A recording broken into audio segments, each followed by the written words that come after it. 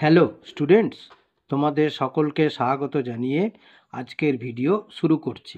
আজকের ভিডিওর বিষয় একচল বিশিষ্ট দ্বিঘাত সমীকরণ। কোষে দেখি 1.1, সেই 1.1-এর 6-এর 4-এর দাগের একটি অঙ্ক আমি এখানে তোমাদের সমাধান করে দেখিয়ে দিয়েছি। ঠিক আছে, তাহলে চলো বেশি দেরি না করে ভিডিওটি শুরু করা যাক। কি বলা হয়েছে না, একজন ঘড়ি বিক্রেতা একটি ঘড়ি ক্রয় করে 336 টাকায় বিক্রি করলেন। তিনি যত টাকায় ঘড়িটি ক্রয় করেছিলেন শতকরা তত টাকা তার লাভ হলো। এটাকে দ্বিঘাত সমীকরণে গঠন করতে হবে। 6-এর দাগের অঙ্কগুলো সব হচ্ছে দ্বিঘাত সমীকরণ গঠন করা, সমাধান করার দরকার নেই, সমীকরণটি গঠন করলেই হবে। তাহলে দেখো সমাধান করেছে কি, মনে করি তিনি ঘড়িটি এক্স টাকায় ক্রয় করেছিলেন, কারণ ক্রয় মূল্য বলে দেওয়া নাই কিন্তু বিক্রয় মূল্য বলে দিয়েছে।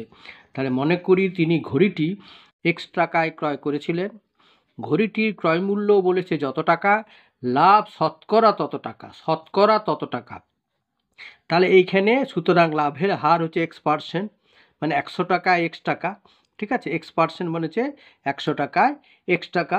তাহলে ঘড়িটি বিক্রয় করে লাভ হবে ক্রয় মূল্য ইন্টু পার্সেন্ট, যত লাভ মানে কি x%, x into x%, x টাকা ক্রয় মূল্যের উপর x% লাভ সমান x গুণিত x% মানে x/100 সমান কত হলো, উপরে x ইন্টু x হলো x²/100। এইটা হচ্ছে লাভ, এটা লাভ।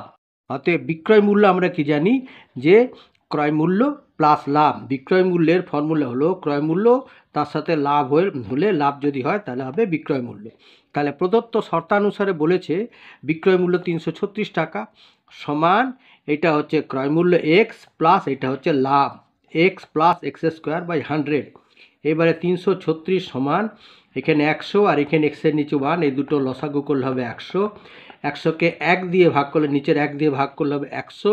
100কে x দিয়ে গুণ করলে হবে 100x প্লাস 100কে 100 দিয়ে ভাগ করলে হবে 1, 1কে x² দিয়ে গুণ করলে হবে x²। ঠিক আছে, और 336কে এই যে কোনাকুনি গুণ করলাম, 336 ইন্টু 100 মানে হচ্ছে 336-এর পাশে দুটো শূন্য বসলো সমান 100x প্লাস x²। এবার এটাকে ঘুরিয়ে নিলাম আমরা, তাহলে x² আগে নিলাম প্লাস 100x সমান এই যে 33,600কে ডান দিকে রাখলাম, और x² প্লাস 100x এটাকে সমান চিহ্নে বাম দিকে নিয়ে এলাম, হলো মাইনাস 33,600x 600 সমান হলো কি ডান দিকে কিছু রইল না মানে শূন্য। এটাই হচ্ছে নির্ণেয় দ্বিঘাত সমীকরণ। ঠিক আছে, আচ্ছা।